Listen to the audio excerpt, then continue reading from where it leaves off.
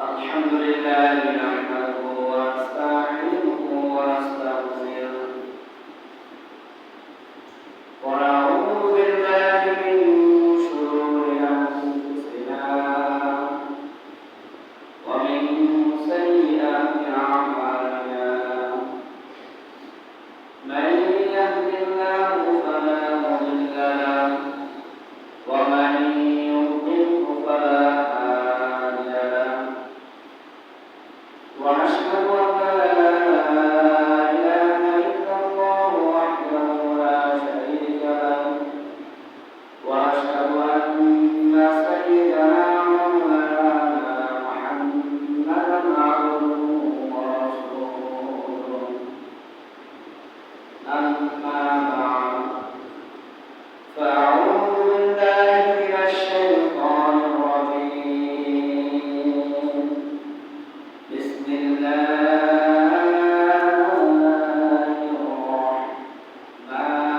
الرحمن الرحيم إن الله وملائكته يصلون على النبي يا أيها الذين آمنوا صلوا عليه وسلموا تسليما كما قلنا اللهم صل على محمد وعلى آل محمد كما صليت على إبراهيم وعلى آل إبراهيم إنك حميد مجيد اللهم بارك على محمد وعلى آل محمد كما باركت على إبراهيم وعلى آل إبراهيم إنك حميد مجيد শুরুতে মহান রব্বুল আলামিনের দরবারে লাখ শুকরিয়া যে মহান রব্বুল আলামিন আপনাকে আমাকে পথ রাখাকে রাস্তায় এবং বাসায় করে আল্লাহ তাআলার দরবারে মসজিদে আল্লাহ তাআলার হুকুম আদায় করতে আসা তৌফিক দান করুন জোরে শুকরিয়া করে আলহামদুলিল্লাহ আর একটা শুকরিয়া আদায় করি আজকে আমরা যে মাসে অবতরণ করতেছি যে মাসটা আমাদের বিদায় নিয়ে চলে যাচ্ছে এই মাসটা হলো রমজান মাস যেই মাসে দুজাহানের বাদশাহ সাইয়্যিদুল মুরসালিন আখিরুন নবী নবী মুস্তাফা মুহাম্মদ রাসূলুল্লাহ সাল্লাল্লাহু আলাইহি ওয়াসাল্লাম এই মাসে আমাদের মাঝে আগমন করেছেন এটা আমার একবার জোরে শুনতে লাগবে আলহামদুলিল্লাহ আমাদের গত সপ্তাহে ধারাবাহিক আলোচনা চলতেছিল নবী সাল্লাল্লাহু আলাইহি ওয়াসাল্লাম জীবনী নিয়ে নবী করিম সাল্লাল্লাহু আলাইহি ওয়াসাল্লাম গত সপ্তাহে বলছিলেন যে আমাদের প্রত্যেকটা মুমিন মুসলমানের নবী করিম সাল্লাল্লাহু আলাইহি ওয়াসাল্লাম জীবনী জানা আবশ্যক দরকার আজকে দেখা যায় আমাদের যারা মহান নেতা আমরা যারা মহান নেতা তাদেরকে দাবি করি দেখা যায় আমরা তাদের জীবনী করি আফসোসের বিষয় আমাদের যে সর্বশ্রেষ্ঠ মহান নেতা নবী করিম সাল্লাল্লাহু আলাইহি ওয়াসাল্লামের অনেকেই দেখা যায় আমরা তার জীবনী পারি না জানি না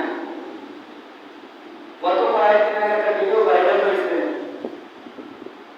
একজন নেতা বলতেছেন আমাদের নবীর নাম বলো আমাদের নবীর নাম বলো আমাদের নবীর নাম বলো এই আমরা সামনে বলতে পারতেছে নবীর নাম কি নবীর নাম কি মানে বক্তা বারবার মানে ছোট খাইতেছে যে আমাদের নবীর নাম কি আমাদের নবীর নাম বলো মানে বলতে বলতে পারতেছে না পাশের থেকে একজন আমার শিখাই দিতেছে আমাদের দেশের বড় একজন রাজনৈতিক নেতার নাম যে আমাদের নবীর নাম যার নামটা বলছে তার নামটা বললাম না আমাদের দেখেন আমরা মুসলমান দাবি করি কিন্তু আমাদের নবীর নাম কি আমরা এখন দেখা যায় এই তো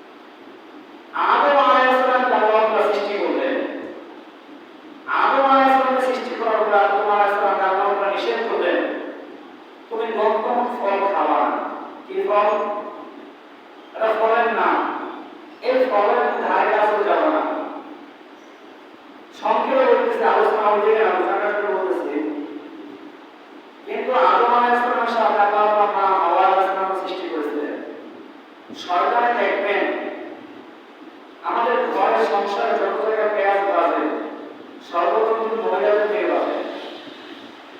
এই যে ঘরে পিতা সন্তান বিবাদ ঝগড়া মারামারি, সন্তান পিতাকে দেখতে পারে না, পিতা সন্তানকে দেখতে পারে না, এর পিছনে দায় কার? দেখা যায় যে শাশুড়ি আর বৌমা ঝগড়া করছে, ওই ঝগড়াতে সন্তান আর পিতা বুঝে কি করছে? এফেক্ট করছে, তাদের মধ্যে আসর করছে। ওইদিকে ঝগড়া করছে মায়ের বউ, এইদিকে ঝগড়া করছে বাপ আছে। তাই সন্তান আদম আলাইহিস সালাম সর্বপ্রথম ধোঁকা দিয়েছিল যে তুমি কোন কোন ফল খাও। আদম আলাইহিস সালাম বলেছেন না, আল্লাহ তাআলা আমাকে নিষেধ করেছেন কোন কোন ফল খেতে, আমি কোন কোন ফল খাবো না। শয়তান কি করলো? মা হাওয়া আলাইহিস সালামকে ধোঁকা দিল। হাওয়া আলাইহিস সালামকে কি বলে ধোঁকা দিল? গন্ধম ফলের গাছের কাছে যাইয়া শয়তান কান্না করতেছে, রোনাজারি করতেছে, আর বলতেছে হাওয়া আলাইহিস সালামকে, হাওয়া আলাইহিস সালাম কান্নার আওয়াজ পেয়ে গেছে গাছের কাছে যাই জিজ্ঞেস করতেছে ভাই তুমি কান্না করো কেন? বলতেছে আমি এই জন্য কান্না করতেছি যে এই গাছের ফল যারা খাবে তাদের কখনো জান্নাত থেকে বের হইতে হবে না। দেখেন উল্টাটা বলেছে, বুঝেছে কি? উল্টাটা। কিন্তু আল্লাহ তাআলা আপনাদের খাইতে এই জন্য নিষেধ করছেন, যদি আপনারা এই গাছের ফল খাইতে হন তাহলে চিরজীবন কোথায় থাকতে হবে? জান্নাতে থাকতে হবে। এই জন্য আল্লাহ তাআলা আপনাদের খাইতে নিষেধ করছে। এই ফলের অনেক ফজিলত, এই ফল খাইলে জান্নাত থেকে কখনো বের হওয়া লাগবে না। হাওয়া আলাইহিস সালাম মেয়েরা হলো সরল মনের মানুষ। কি মনের মানুষ? মেয়েদের মন হলো নরম, এদেরকে যেইভাবে বুঝাবে এইভাবে বুঝবে। অনেক সময় আমাদের মাস থেকে ঈদ বিদায় নিয়ে গেছে, দুইটা ঈদ, রমজান ঈদ, কুরবানি ঈদ, সামনে আবার ঈদ আসতেছে। দেখবেন ঈদে যখন মাহফিল করতে যান, মেয়েরা যখন মাহফিল করতে যান তারা সবসময় জিতে আসে। কি করে আসেন? মানে জিতে আসে। কেন জিতে আসেন? যে মালটার দাম 500 টাকা, মালটার দাম প্রায় 2500 টাকা। কয় টাকা? 2500 টাকা। কিনে নিয়ে আসে 1000 টাকা। কয় টাকা? ঘরে এসে বলে আমি তো 1000 টাকা নয়, 1000 টাকা কিনে নিয়ে আসছি, আমি দিচ্ছি। আসলে বাস্তবতা সে কিন্তু জিতে নাই, সে চলে গেছে। কিন্তু পুরুষ মানুষের কাছে মাও ব্যক্তিগত ঝামেলা আছে। কথা বলছেন? কারণ পুরুষ মানুষের কাছে যে মাল বাজারে 2500 টাকা, মাল বাজারে 250 টাকা, যেটা চাই 2500 টাকা, সেটা পুরুষ মানুষ কত টাকা? 250 টাকা। তো মেয়েদের ক্ষেত্রে ভিন্ন।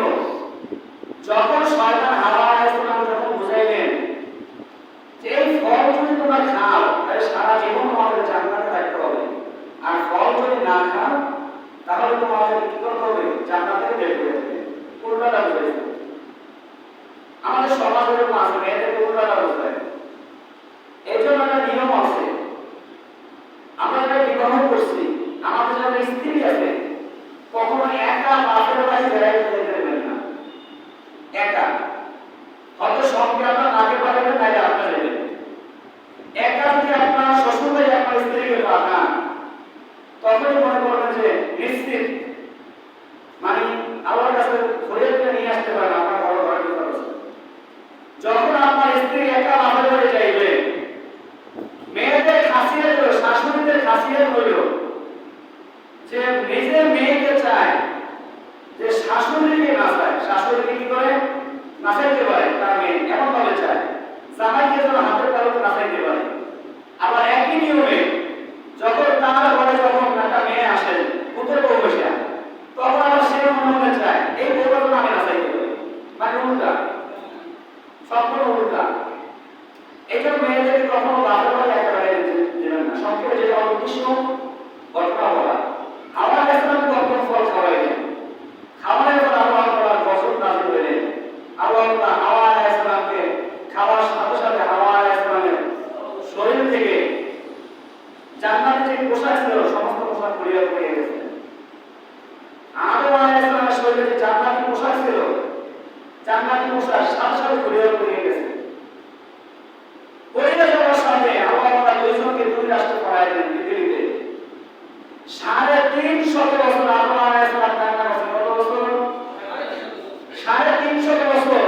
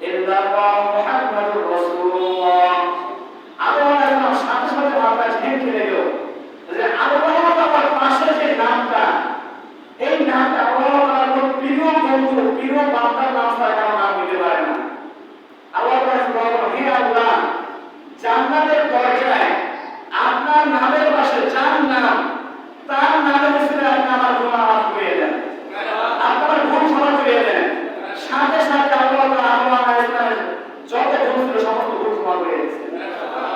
খেয়াল করছেন? আমরা কোন নবীর উম্মত? চিন্তা করার বিষয়।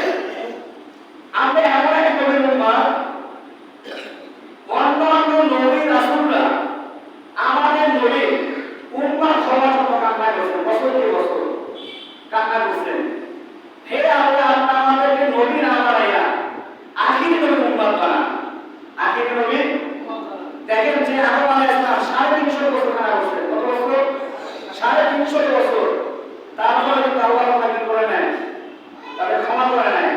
কিন্তু যখন নবী মুহাম্মদ মুস্তাফা সাল্লাল্লাহু আলাইহি ওয়াসাল্লাম মুসলিমকে যখন মাফ চাইলেন যে লা ইলাহা ইল্লাল্লাহ মুহাম্মাদুর রাসূলুল্লাহ, হে আল্লাহ, আপনার নামের পাশে যার নাম মুহাম্মাদুর রাসূলুল্লাহ, তার নামের উপরে আপনি আমাদেরকে ক্ষমা করে দেন। আল্লাহ তাআলা সাথে সাথে ক্ষমা করে দেন। আমরা এমন এক নবীর উম্মত, সমস্ত নবী কান্না করছেন আমাদের নবীর উম্মত হওয়ার জন্য। শুধুমাত্র একজন নবীর দোয়া আল্লাহ তাআলা কবুল করেছেন, সেই নবীর হলো হযরত ঈসা আলাইহিস সালাম। হযরত ঈসা আলাইহিস সালাম, ঈসা আলাইহিস সালামের দোয়া একমাত্র আল্লাহ তাআলা কবুল করেছেন। ঈসা আলাইহিস সালাম কিয়ামতের 40 বছর আগে আবার দুনিয়াতে আগমন করলেন। কত বছর আগে? 40 বছর আগে। নবী হিসাবে না, আমাদের নবীর উম্মত হিসাবে আসবেন। খেয়াল করে দেখছেন? যার উপরে আল্লাহ তাআলা কিতাব নাযিল করেছেন, ইনজিল কিতাব। এখন রাসূল শুধু নবী না, এখন রাসূল যার উপর শরীয়ত জারি করেছেন, সেই রাসূলও আমাদের নবীর উম্মত হিসেবে দুনিয়াতে আসবে। তা আমরা মুসলমান কপাল পোড়া, আমরা মুসলমান আমাদের কপাল পোড়া। আমরা সেই নবী উম্মত হওয়া সত্ত্বেও আজকে আমরা সেই নবীর সুন্নাত অনুসরণ করতে পারি না। সুন্নাত কি করতে পারি না? অনুসরণ করতে পারি না। নবী করিম সাল্লাল্লাহু আলাইহি ওয়াসাল্লাম সুন্নাত দাঁড়ি, আজকে আমাদেরকে দাঁড়িতে খুন লাগায়। আফসোস, এর থেকে আফসোস পৃথিবীতে কিছু হইতে পারে না। নবী করিম সাল্লাল্লাহু আলাইহি ওয়াসাল্লাম হাদিস আছে, যারা দাঁড়িতে খুন লাগাবে তাদের সাথে নবী করিম সাল্লাল্লাহু আলাইহি ওয়াসাল্লাম শাফায়াত করবে না। তাদের সাথে কি করবে না? শাফায়াত করবে না। আর যার সাথে নবী করিম সাল্লাল্লাহু আলাইহি ওয়াসাল্লাম শাফায়াত করবে না, সে কোশ্চিন কালে জান্নাতে যেতে পারবে না। জান্নাতে যাওয়ার এক নাম্বার শর্ত হলো নবী করিম সাল্লাল্লাহু আলাইহি ওয়াসাল্লামের শাফায়াত শর্ত। নবী করিম সাল্লাল্লাহু আলাইহি ওয়াসাল্লামের শাফায়াত শর্ত। নবী করিম সাল্লাল্লাহু আলাইহি ওয়াসাল্লামের শাফায়াত না থাকে, সে কখনো জান্নাতে যেতে পারবে না। আমরা অনেক সময় মনে করি দাঁড়িয়ে দেখা সুন্নাত। বাবা, দাঁড়িয়ে দেখা কিন্তু সুন্নাত না। এটা কি জানেন? দাঁড়িয়ে দেখা কি ওয়াজিব? দাঁড়িয়ে দেখা কি আজকাল ওয়াজ করে দাঁড়িয়ে দেখা কি ওয়াজিব? সুন্নাত কতটুকু? এই যে কাকা একটু দাঁড়ান, তো দাঁড়ান, এই সামনে আসেন। আপনার দাঁড়িয়ে ধরেন, ওদিকে দিকে এই যে দর্শন দেখছেন, ওদিকে করেন। এই যে দাঁড়িয়েটা বাড়তে থাকে না, এইগুলো সুন্নাত। আর যে এক মুষ্টি ধরে রাখছে, এটা হলো ওয়াজিব। এটা কি? এবার বুঝলেন সুন্নাত কোনটা? মানে এক মুষ্টির পরে যেটা বলা হবে এটা হলো সুন্নাত। এটা কি? সুন্নাত। আর এক মুষ্টির মতো সকলের রাখা হলো ওয়াজিব, মানে এটা রাখতেই হবে। এটা কি করতে হবে? রাখতেই হবে। এটা কারা কোনো অপশন নাই। এই এক মুষ্টি রাখার পরে যেটা বড় আছে, এইটা সাইডে কাটতে পারবেন, শরীয়ত এজাজত দিচ্ছে। কিন্তু এক মুষ্টির ছোট যেটা, এটা কাটতে পারবেন না। কথা বুঝছেন?